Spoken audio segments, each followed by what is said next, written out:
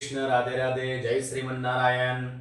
તો ભક્તો મિત્રો, આજે પણ આપણે આ મારા યુટ્યુબ ચેનલની અંદર આપણે ગરુડ પુરાણના 16મા અધ્યાય નું સંપૂર્ણ વર્ણન જાણીશું। તો મિત્રો, હું છું બ્રિજેશ ઉપાધ્યાય, વિડીયોની અંદર તમારા બધાનું સ્વાગત કરી રહ્યો છું। જેમ કે 16મા અધ્યાયની અંદર ગરુડજીને ભગવાન શ્રીમન નારાયણ મોક્ષ કર્મ નિરૂપણ નામનો અધ્યાય છે, તેની મય મોક્ષનું વર્ણન બતાવે છે। ભગવાન સંપૂર્ણ મોક્ષનું વર્ણન જણાવે છે કે સંસારના દુઃખોમાંથી મુક્તિ મેળવવા શું કરવું જોઈએ મનુષ્યએ, તેનું સંપૂર્ણ વર્ણન આ 16મા અધ્યાયની અંદર જણાવ્યું છે। તો ભક્તો, ચાલો મિત્રો વિડીયોની શરૂઆત કરીશું। સંપૂર્ણ જ્ઞાન જાણવા માટે વિડીયોને પૂરેપૂરું જોજો। વિડીયો પસંદ આવે તો લાઈક કરજો, ચેનલને સબસ્ક્રાઇબ કરજો।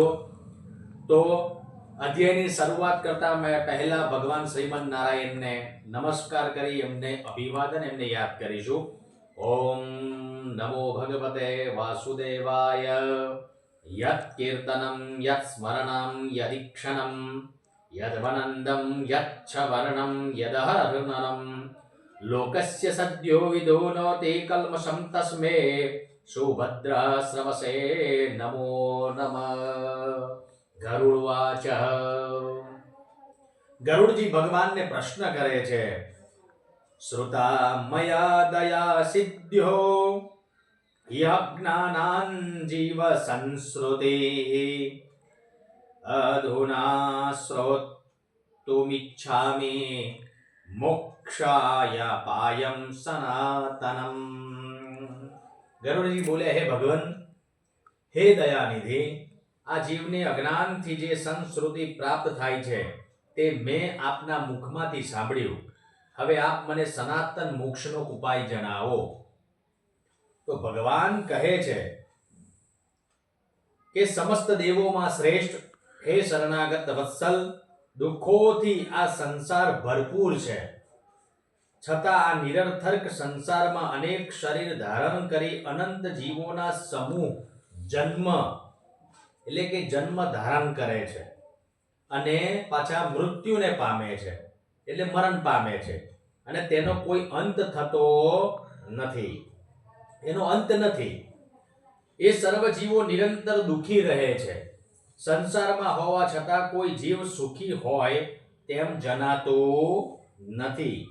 તેથી હે મોક્ષેશ, હે પ્રભુ, આ જીવ કયા સાધનથી મુક્તિ પામશે તે મને આપ જણાવો। આ સગળું ગરુડજી ભગવાન શ્રી કૃષ્ણ એટલે કે શ્રીમન નારાયણને પૂછી રહ્યા છે। ત્યારે હવે શ્રીમન નારાયણ ગરુડજીના પ્રશ્નનો ઉત્તર જણાવે છે કે સંસારના દુઃખોમાંથી મુક્તિ મેળવવા મનુષ્યએ શું કરવું જોઈએ। તો ભક્તો, વિડીયો બહુ ભક્તિ અને જ્ઞાનને વધારવા વાળો છે, એટલે વિડીયોને સંપૂર્ણ જોજો। તો શ્રી ભગવાન ઉવાચ। ભગવાન કહે છે, શૃણુતાક્ષ્ય પ્રવક્ષ્યામિ યામં તત્ત્વં પરિપૃચ્છસે યસ્ય શ્રવણ માત્રેન સંસારાન મુચ્યતે નરઃ। ભગવાન બોલ્યા, હે ગરુડ, તમે મને જે પૂછ્યું તે વિશે હું તમને કહું। એ સાંભળવાથી મનુષ્ય સંસારના દુઃખોમાંથી મુક્તિ પામી શકે છે। તો હવે સાંભળો, હે ગરુડ, ઈશ્વર પર બ્રહ્મ સ્વરૂપ છે। તે નિષ્કલ શિવ, સર્વજ્ઞ અને સર્વના કર્તા, સર્વના નિયતા, નિર્મલ, સ્વયં એક જ્યોતિ, આદ્યંત શૂન્ય, નિર્વિકાર, બ્રહ્મા આદિથી શ્રેષ્ઠ, નિર્ગુણ અને સતચિત આનંદ રૂપ છે, અને સર્વ જીવો તેમના અંશ છે। પૃથ્વી પર જેટલા જીવો છે, જલમાં રહેવા વાળા, પૃથ્વી પર રહેવા વાળા, નભમાં રહેવા વાળા, એને જલચર, છલચર, ભૂચર, એના બધા જીવો ભગવાનના અંશ છે। એટલે તો ભગવદ્ ગીતાની અંદર 15મા અધ્યાયમાં ભગવાને કીધું છે, મમૈ વાંશો જીવ લોકે। મમૈ વાંશો એટલે ભગવાનના જ બધા અંશ છે।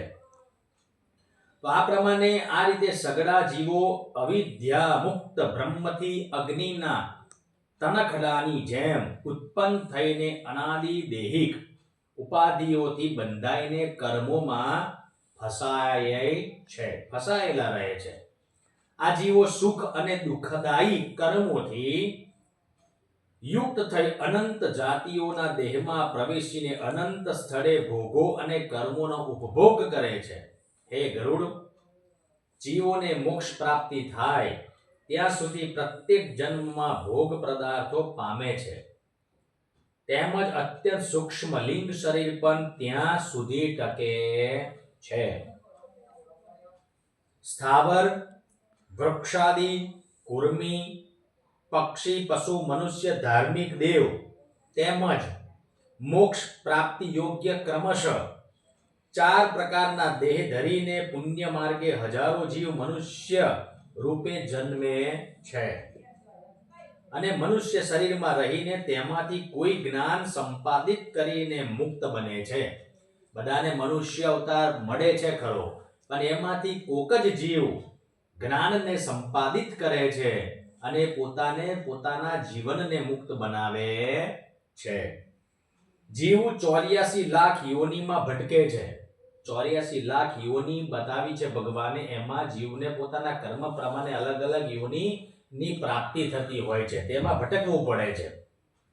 અને મનુષ્યપણું પ્રાપ્ત કર્યા વિના તેને તત્વજ્ઞાન પ્રાપ્ત થતું નથી.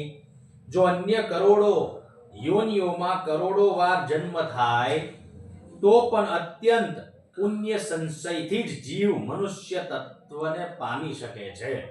એનું સારું એવું પુણ્ય ઉર્જિત કરેલું હોય તો જે મનુષ્ય તત્વને ફરી પામી શકે છે. અત્યંત દુર્લભ માનવ જન્મ મહાપુણ્યથી પ્રાપ્ત થાય છે. મનુષ્યનો આ માનવ જન્મ ઘણા પુણ્યથી આ શરીરનું, આ જે ભગવાન પંચભૂતનું શરીર આપે છે એ ઘણા પુણ્યથી મળે છે મનુષ્યને. તો તે મોક્ષની નિસરની રૂપ છે. માનવ રૂપે અવતર્યો હોવા છતાં જે પોતે પોતાનો ઉદ્ધાર કરતો નથી અને તે અત્યંત પાપી છે. મનુષ્ય અવતાર મળ્યો પણ પોતાના ઉદ્ધાર માટે કદાપી કશું વિચારતો નથી. આ મારું, આ તારું, આ મારું છે, આવું બધું કરવામાં પોતાનું જીવન એને ભોગ વિલાસની અંદર પૂરું કરી દે છે. એને મનુષ્ય પોતા એ શરીરમાં રહેલા પરમાત્માને ઓળખી શકતો નથી. માટે જે નથી ઓળખતો એ અત્યંત પાપી છે. માનવ દેહ અને એમાંય ઉત્તમ બ્રાહ્મણ કુળમાં જો જન્મ મળ્યો હોય અને સમસ્ત ઇન્દ્રિયોથી યુક્ત હોવા છતાં જે પોતાના હિતનું જોઈ શકતો નથી તે બ્રહ્મઘાતી ગણાય છે. કોઈ પણ જાતિ માટે દેહ સિવાય પુરુષાર્થનું અન્ય કોઈ સાધન નથી. આથી સર્વ પ્રયત્ન રૂપે દેહરૂપી ધનનું રક્ષણ કરવું અને પુણ્ય કર્મનું સાધન કરવું જોઈએ.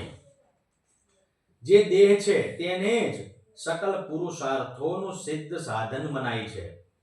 તેથી જેનું સર્વકાલે સર્વ રીતે તેનું રક્ષણ કરવું જોઈએ. કારણ કે જીવતો માનસ સર્વ પ્રકારના કલ્યાણ જુએ છે. ગામ હોય કે ક્ષેત્ર, ચિત્ત, ગ્રહ આદિ શુભ અશુભનો નાશ થાય તો ફરીથી પ્રાપ્ત થવાની સંભાવના છે.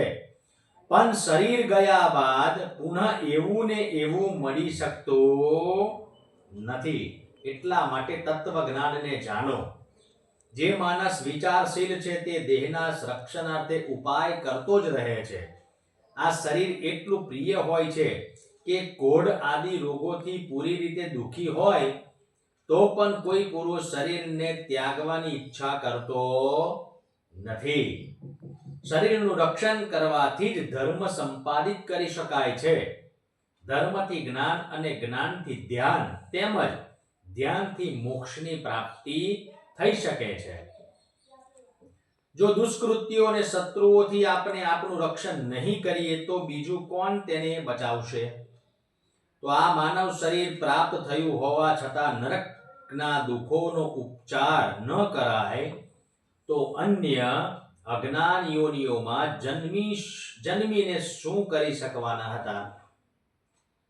વાઘનની જેમ ઘડપણ ભય દર્શાવે છે અને ઘડામાંથી જલની જેમ આયુષ્ય પણ વહી જાય છે, એટલે આયુષ્ય પણ ઓછું થઈ જાય છે. રોગો શત્રુની જેમ શરીરને ક્લેશ એટલે દુઃખો આપે છે. આથી મનુષ્ય માત્રે ત્વરાપૂર્વક યુવાનીમાં જ પોતાનું શ્રેય સાધી લેવું જોઈએ. જ્યાં સુધી કોઈ પણ જાતનું દુઃખ અનુભવ્યું ન હોય, ત્યાં સુધી કોઈ આપત્તિ આવી ન હોય, તેમજ જ્યાં સુધી ઇન્દ્રિયો વિકલ ન થઈ હોય, ત્યાં સુધીમાં પોતાના શ્રેય માટેની ઈચ્છાઓ પૂર્ણ કરી નાખવી જરૂરી છે. જ્યાં સુધી દેહ સશક્ત અને સભાન છે, ત્યાં સુધી જ આ તત્વનો અભ્યાસ કરવો જોઈએ. જ્યારે ઘર બળે ત્યારે કૂવો ખોદવો તે નકામો છે. તેમજ એ સામગ્રીનો નાશ થયા પછી કોઈ પણ જાતનું સાધન કામ આવતું નથી. આવું સ્વહિત જાણવા છતાં માણસ માત્ર સુખ અને દુઃખ જ ભોગવે છે. સર્વ પ્રાણીઓ જન્મે છે, મરે છે, તેમજ અનેક જાતના ક્લેશ ભોગવે છે અને દુઃખો ભોગવે છે. આમ જોયા જાણ્યા છતાં આ સમસ્ત લોક મોહરૂપી સુરાપાન કર્યા કરે છે અને દુઃખ બનાવોથી તેઓ કદાપી ભય પામતા નથી. સંપત્તિ સપના જેવી છે, અને સંપત્તિ કેવી છે? સપના જેવી છે. યુવાની પુષ્પની જેમ કોમળ છે અને આયુષ્ય વીજળીના જેવું અત્યંત ચંચલ છે. જેમ વીજળી ઝબકે આવે અને પછી જતી રહે એવું આયુષ્ય છે. બધું જ મનુષ્ય જુએ છે, જાણે છે, છતાંય તેને ધૈર્ય કોણ પ્રાપ્ત થાય છે? છતાંય ધૈર્ય કોને પ્રાપ્ત થાય છે? મનુષ્યનો જીવનકાળ અલ્પ છે. અલ્પ એટલે ઓછો છે. વધુમાં વધુ 100 વર્ષનું આયુષ્ય ગણીએ તો તેમાંથી અડધું આયુષ્ય તો નિંદ્રા એટલે સુવામાં જતું રહે. અડધું આયુષ્ય આળસની અંદર જતું રહે છે. થોડુંક આયુષ્ય બાલ્યાવસ્થામાં એટલે બાળપણમાં જતું રહે છે અને રોગો આદિમાં નાશ પામે છે. તો કંઈક બાકી રહે તે વ્યર્થ વ્યાપારમાં નાશ પામે છે. જે માટે શરૂઆત કરવી યોગ્ય છે તેવા મોક્ષ કર્મ માટે મનુષ્ય નિરુદ્યમી રહે છે. જે બ્રહ્મ ચિંતન કર્મ વિશે જાગૃતિ હોવી જોઈએ તે અંગે તે નિંદ્રાધીન રહેલો છે, એ જાગેલો નથી. વળી ભયસ્થાન વિશે વિશ્વસ્ત રહીને ચાલનારું કયું પ્રાણી નાશ નહીં પામે? જીવયુક્ત આ દેહ પાણીના પરપોટાની જેમ ક્ષણિક છે, તેમજ સમસ્ત પ્રિય વસ્તુઓ પણ અનિત્ય હોવા છતાં નિર્ભય રહીને મન કઈ રીતે સ્થિરતા કરી શકે? અહિત હોય તે હિતયુક્ત થાય છે. દેહ ક્ષણિક હોવા છતાં તે પણ નિત્ય રહેશે તેવો વિશ્વાસ રાખે છે, જેથી અનેક પ્રકારના અનર્થ ઉત્પન્ન થતા રહે છે.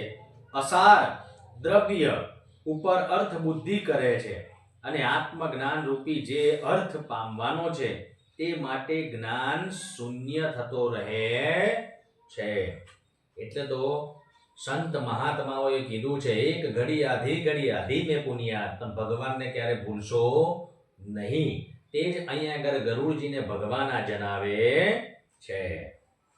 ઈશ્વરની માયાના સામર્થ્યની આત્મજ્ઞાન દ્વારા મોક્ષ થાય છે એવું જાણવા છતાંય પ્રાણી તે અંગે કોઈ પ્રયત્ન કરતો નથી. વળી ઉપનિષદ આદિનો મુખપાઠ કરવા છતાં તેનો અર્થ જાણતો નથી.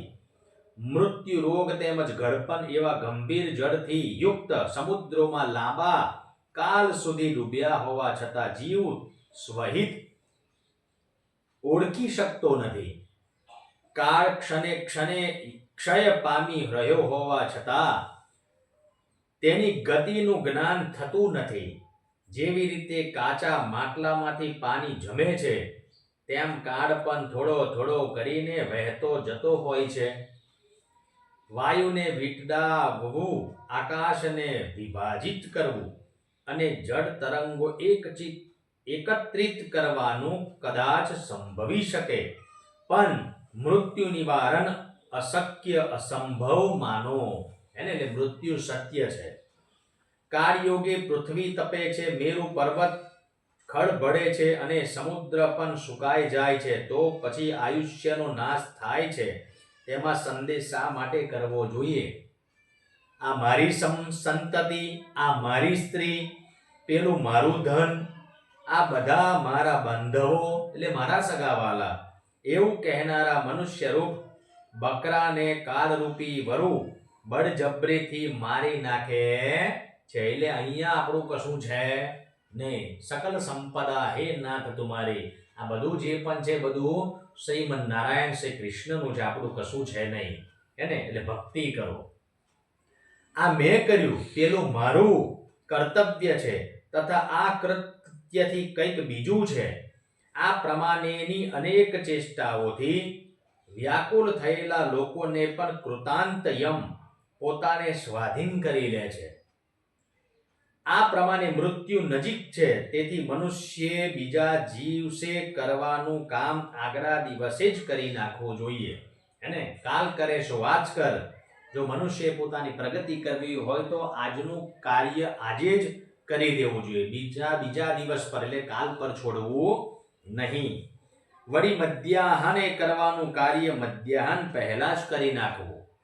કારણ કે મૃત્યુ કૃતની વાટ જોઈ બેસી રહેતો નથી. મૃત્યુ ક્યારે આવવાનું છે કોઈને ખબર નથી.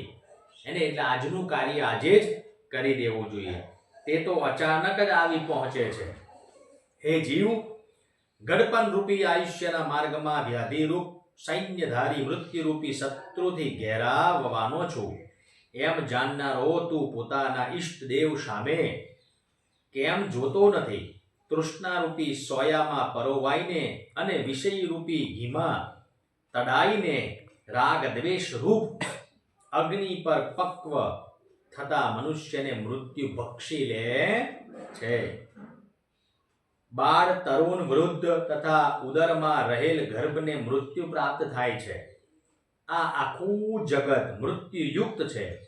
આ જીવ અત્યંત પ્રિય દેહનો ત્યાગ કરીને યમપુરીમાં જાય છે. જ્યારે મૃત્યુ પામે ત્યારે એને યમપુરીમાં જવાનું હોય છે. તો તેનાથી ઓછી પ્રિયતાનો સંબંધ હોય તે જેમ કે સ્ત્રી, પુત્ર, માતા અને પિતાનો સંબંધ નાશ પામે તેમાં શું આશ્ચર્ય છે? સમસ્ત સંસાર દુઃખનું મૂળ છે. ભગવાન શું કહે છે? આ સંસારમાં જે પણ આપણે સુખ માનીએ છીએ એ સુખ નથી, માત્ર ને માત્ર દુઃખનું મૂળ છે. જ્યાં સુધી સંસાર વાસના હોય ત્યાં સુધી દુઃખી સંસારનો ત્યાગ કરનાર જ સુખી બને છે. આ સંસારને ત્યાગી દો, પછી તમને જે સુખ જોવા મળશે એના જેવું બીજું કોઈ સુખ નથી.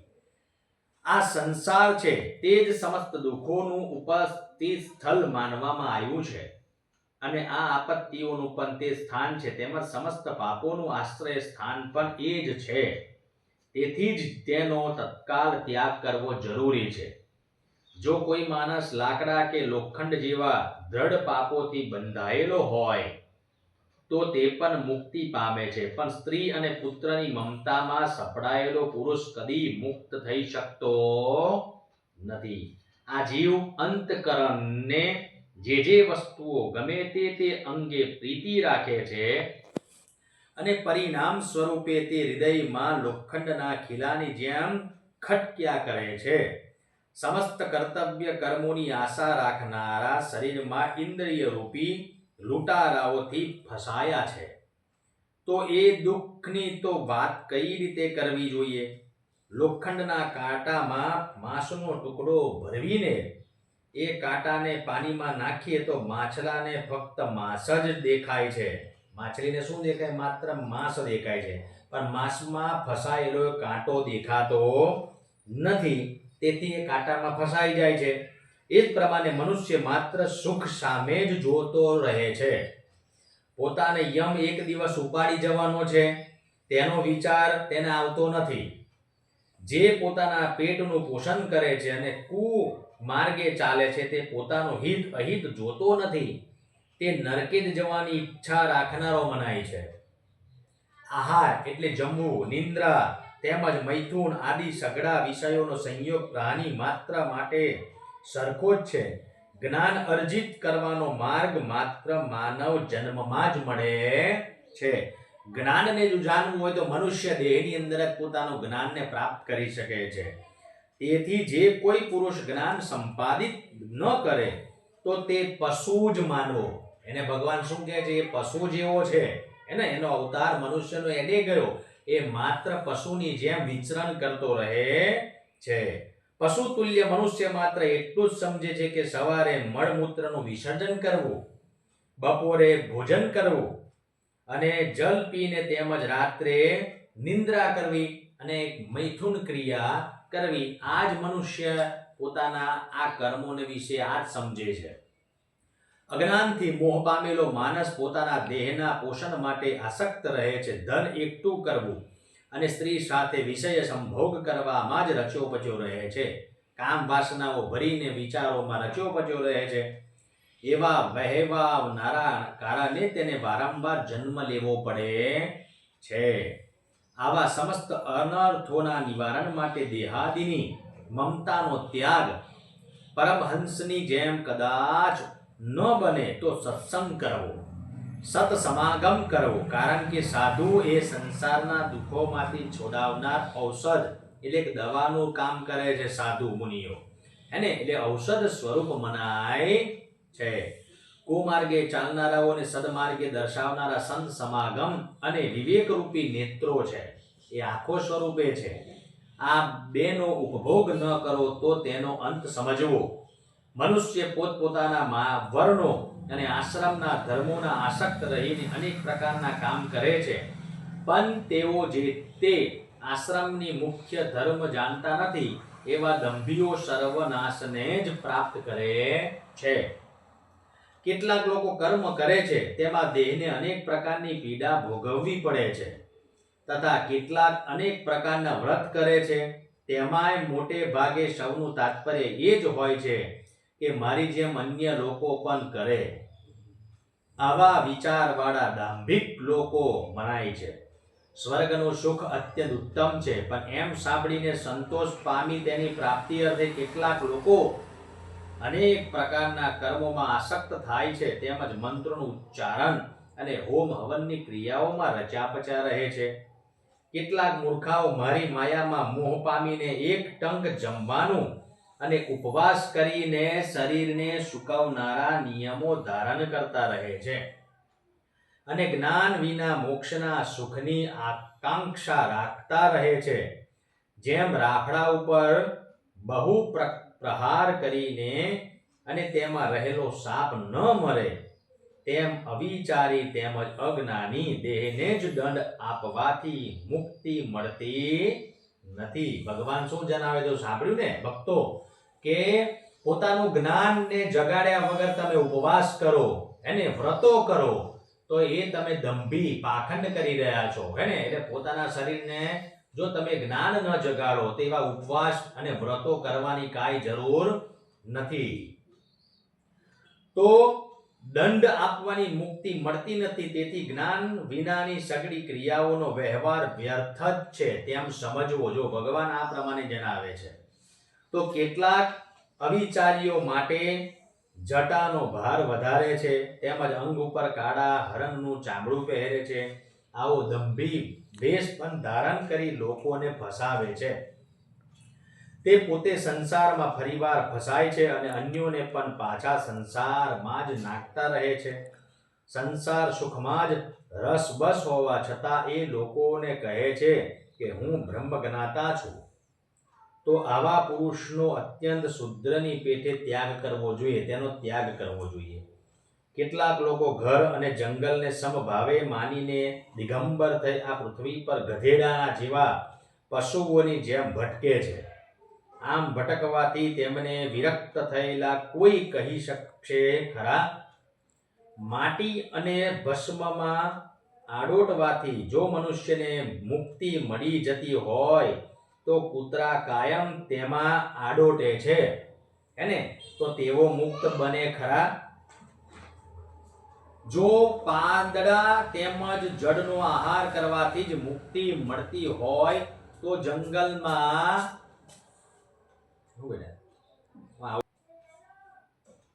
જો પાંદડા તેમજ જડનો આહાર કરવાથી જ જો મુક્તિ મળતી હોય તો જંગલમાં શિયાળ, ઉંદર, હરણ આદિ એ જ પદાર્થોનો આહાર કરતા હોય છે. તેથી તેઓ મુક્ત થશે ખરા? જન્મથી માંડી મૃત્યુ સુધી ગંગા આદિ તીર્થોના કિનારે વસનારા દેડકા અને માછલા આદિ હજારો પ્રાણીઓ રહે છે. તેઓ યોગી કહેવાશે ખરા? કબૂતર ખેતરમાં ધાન્ય લણી લીધા પછી જમીન પર પડી ગયેલા કણ એકઠા કરે છે અને પોતાનું ગુજરાન કરે છે. અને ચાતક કદાપી પૃથ્વી પર પડેલા જળનું પાન કરતું નથી. તો તેઓ કોઈ વ્રત પાળનારા કહેવાશે ખરા?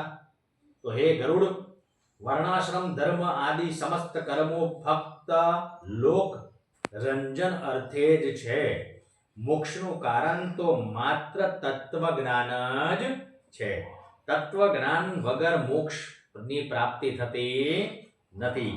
દંભ રહિત હોય અને શાસ્ત્રનું યથાર્થ જ્ઞાન ન થયું હોય તો તેઓ પણ શાસ્ત્રરૂપી મહાકૂપમાં પડી રહે છે અને પશુની જેમ કબજે થઈ જાય છે, પણ મુખ્ય તત્વને પામી શકતા નથી. વેદ અને શાસ્ત્રરૂપી ઘોર સમુદ્રમાં અવળી દિશામાં તનાવા છતાં કામ ક્રોધ આદિ 6 દુશ્મન રૂપી મગરથી મરાયેલા હોવાથી સાથોસાથ અત્યંત કુતર્કી બનીને રહેતા હોય છે.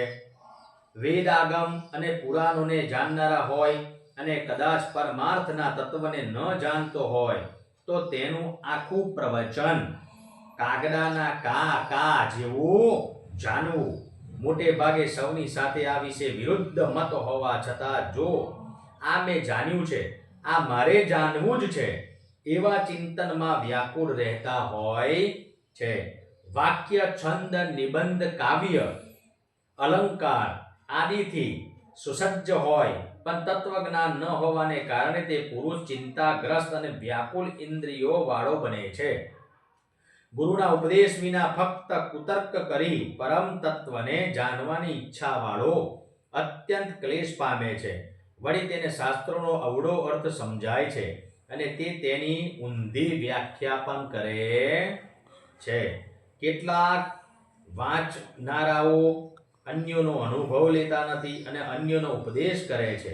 કેટલાક વેદ શાસ્ત્રનો પાઠ કરી અરસપરસ ઉપદેશ કરવા માંડે છે, પણ અનેક ભોજનમાં રહેતી કડછી કે ચમચો કોઈ પણ ભોજનનો સ્વાદ ન પામે.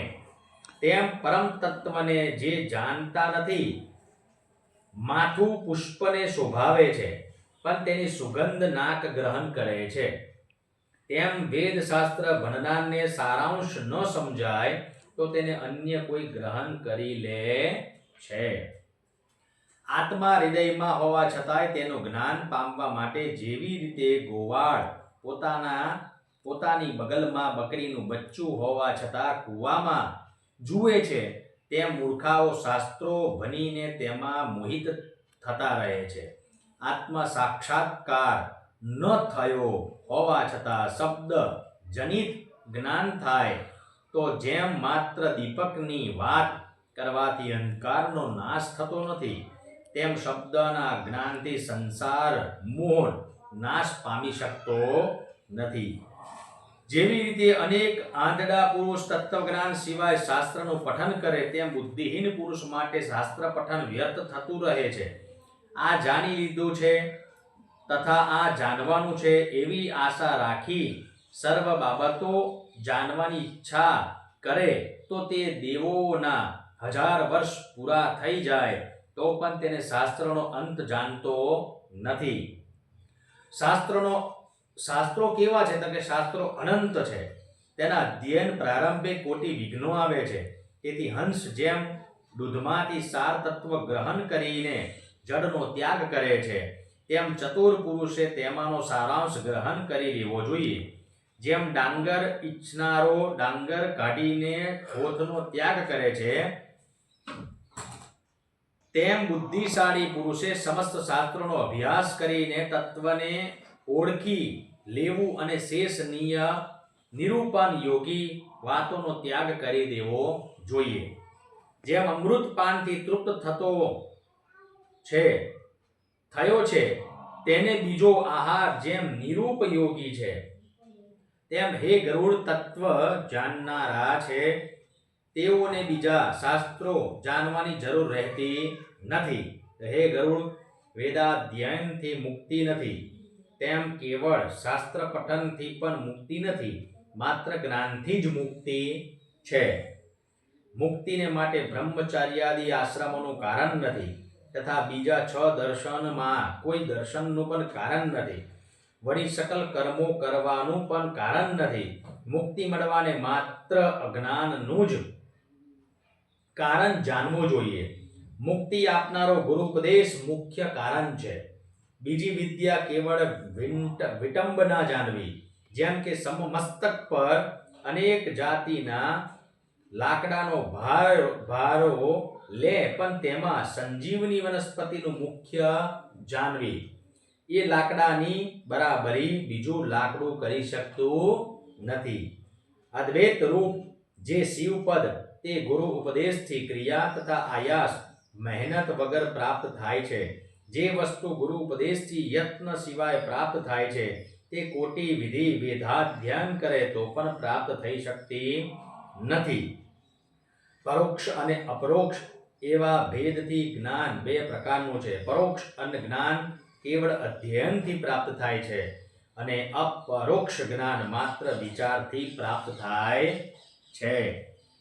કોઈ એ બ્રહ્મની સાથે જીવને અભેદ માને છે અને બીજા એ ભેદ માને છે, પરંતુ નિરાભિમાની થઈને જે વાસ્તવિક તત્વ અભેદરૂપી છે તેને કોઈ પણ જાણતા નથી. બંધ તેમજ મોક્ષના 2 સ્થાન બતાવ્યા છે ભગવાને. વિષયક અને મમતા ધારણ કરવાથી કર્મ બંધન થાય છે, અને મમતાનો ત્યાગ કરો તો જ મોક્ષની પ્રાપ્તિ થાય છે. જે કર્મથી કર્મ બંધન થાય નહીં તેમ ક્રમ કહેવામાં આવે છે. તેનાથી જે વિદ્યા વડે મુક્તિ પમાય તે ખરી વિદ્યા કહેવાય છે. જે કર્મમાં બંધાય તે કર્મ માત્ર સલાટની ચતુરાઈની જેમ પરિશ્રમ છે એમ સમજવું.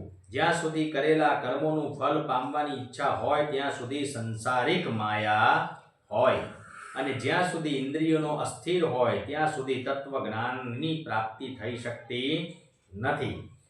જ્યાં સુધી દેહાભિમાન, મમતા, પ્રયત્ન હોય, સંકલ્પ, વિકલ્પ અને કલ્પનાઓ મનમાં રહેલી હોય ત્યાં સુધી અંતકરણ દ્રઢ સ્થિર ન હોય, જ્યાં સુધી શાસ્ત્રોનું ચિંતન થયું ન હોય, તેમજ જ્યાં સુધી ગુરુની કૃપા ન હોય ત્યાં સુધી તત્વજ્ઞાન પામી શકાતું નથી. જ્યાં સુધી તત્વજ્ઞાનને પામી ન શકાય ત્યાં સુધી તપ, વ્રત, તીર્થ, જપ, હોમ, અર્ચન અને વેદ શાસ્ત્રની કથા છે તેમ માનવું. તો હે ગરુડ, જો મોક્ષની ઈચ્છા હોય તો દરેક અવસ્થાઓમાં સર્વકાલ તત્વનિષ્ઠ રહેવું જોઈએ. આધ્યાત્મ આદિ વિવિધ તાપમાંથી જે પુરુષ સંતૃપ્ત થાય છે તેને માટે ઉપાસના રૂપી ધર્મ અને જ્ઞાન પુષ્પોની જેમ સુખદાયી છે. જેનો સ્પર્શ મોક્ષરૂપી ફળો છે, એવા મોક્ષરૂપી વૃક્ષનો આશ્રય કરવો જ રહ્યો. આત્મતત્વ જ્ઞાન પૂર્વક શ્રી ગુરુના મુખેથી સાંભળવું જોઈએ. તે જ્ઞાનથી ભયંકર સંસારરૂપી બંધનમાંથી જીવો અનાયસે મુક્તિ પામી શકે છે. હે ગરુડ, તમને તત્વ પુરુષનું અંતિમ કૃત્ય કહું તે તમે સાંભળો. તે કર્મ કરવાથી મનુષ્યનો મોક્ષ થઈ જાય છે તે સાંભળો. અંતકાલ સમીપ આવે ત્યારે, એટલે જ્યારે મૃત્યુ નજીક આવી જાય એને ત્યારનો મહિમા ભગવાન જણાવે છે કે તે સમયે શું કરવું જોઈએ. તો કે અંતકાલ સમીપ આવે ત્યારે સમસ્ત ભયનો ત્યાગ કરી દેવો. અસંગરૂપ શસ્ત્રોથી વાસના તેમજ દેહ આદિ પર પ્રીતિ રાખનારા પુત્રો આદિનો ત્યાગ કરી દેવો જોઈએ. પુત્ર, પુત્રી અને બધાનો ત્યાગ કરી દેવાનો. ધૈર્યવાન પુરુષે ગૃહ ત્યાગ કરી બહાર નીકળીને કોઈ પુણ્યદાયક તીર્થમાં સ્નાન કરવું. ઘરની બહાર જતું રહેવાનું અને ત્યાં તીર્થાટન હોય ત્યાં જવું અને સ્નાન કરવું. પવિત્ર અને એકાંત પ્રદેશમાં વિધિપૂર્વક આસન કરવું, એટલે ત્યાં રહેવું.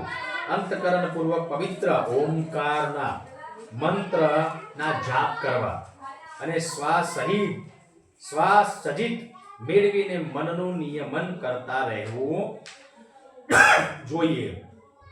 બુદ્ધિની સહાયથી સર્વ ઇન્દ્રિયોનું નિયમન કરવું તેમજ અનેક પ્રકારના કર્મોથી વિક્ષિપ્ત બનેલ મન બ્રહ્મમાં સ્થિર કરવું જોઈએ. મન ચંચળ છે એટલે પ્રભુમાં સ્થિર રાખવું. આ ચાલુ કરકે આ પ્રમાણે આત્માને મનમાં સ્થિર કરી પરમ પદરૂપી બ્રહ્મ હું છું એમ ચિંતન મનન કરતા રહેવું જોઈએ. હે ગરુડ, જે મનુષ્ય અંત વેળાએ મારા સ્મરણ સહિત પ્રણવાત્મક બ્રહ્મનું સ્મરણ કરતા કરતા દેહ ત્યાગે છે તે ઉત્તમ ગતિ અવશ્ય પામે છે. જે પદને દંભીઓ અને વૈરાગ્ય વંચિત લોકો પણ પામતા નથી એવા ઉત્તમ પદને શ્રેષ્ઠ બુદ્ધિશાળી પામી જાય છે. હે ગરુડ, એવા બુદ્ધિમાન કોણ છે તે હું તમને જણાવું, તમે સાંભળો. ભગવાન કહે છે, નિર્માન મોહા જીત સંગ દોષા આધ્યાત્મ નિત્યા વિનિવૃત્ત કામાહ દ્વંદ્વેવ મુક્તાઃ સુખ દુઃખ સંગે ગચ્છન્ત મૂઢા પદમં ત્વયત્તદા. જેને ગંધ અને મોહ દૂર થયા છે, જેને પુત્ર કલત્ર આદિનો ત્યાગ કર્યો છે, જે આત્મતત્વના વિચાર અંગે પરિનિષ્ઠ છે અને કોઈ ફળ પામવાની આકાંક્ષા રહી નથી, તેમજ સુખ દુઃખ આપનારા શીત ઉષ્ણ દ્વંદ્વમાંથી મુક્ત એવા લોકો એ અવ્યય પદ પામે છે. એટલે તો ભગવાન કહે છે, સુખ દુઃખ સંગે ગચ્છેત મૂઢા પદમં વ્યતત્તત. જ્ઞાનરૂપી ધરામાં સ્નાન કરનારો મનુષ્ય મોક્ષને પામે છે. એ ધરામાં સત્યરૂપી જળ હોવાથી રાગ દ્વેષ રૂપ મગર હારી જાય છે.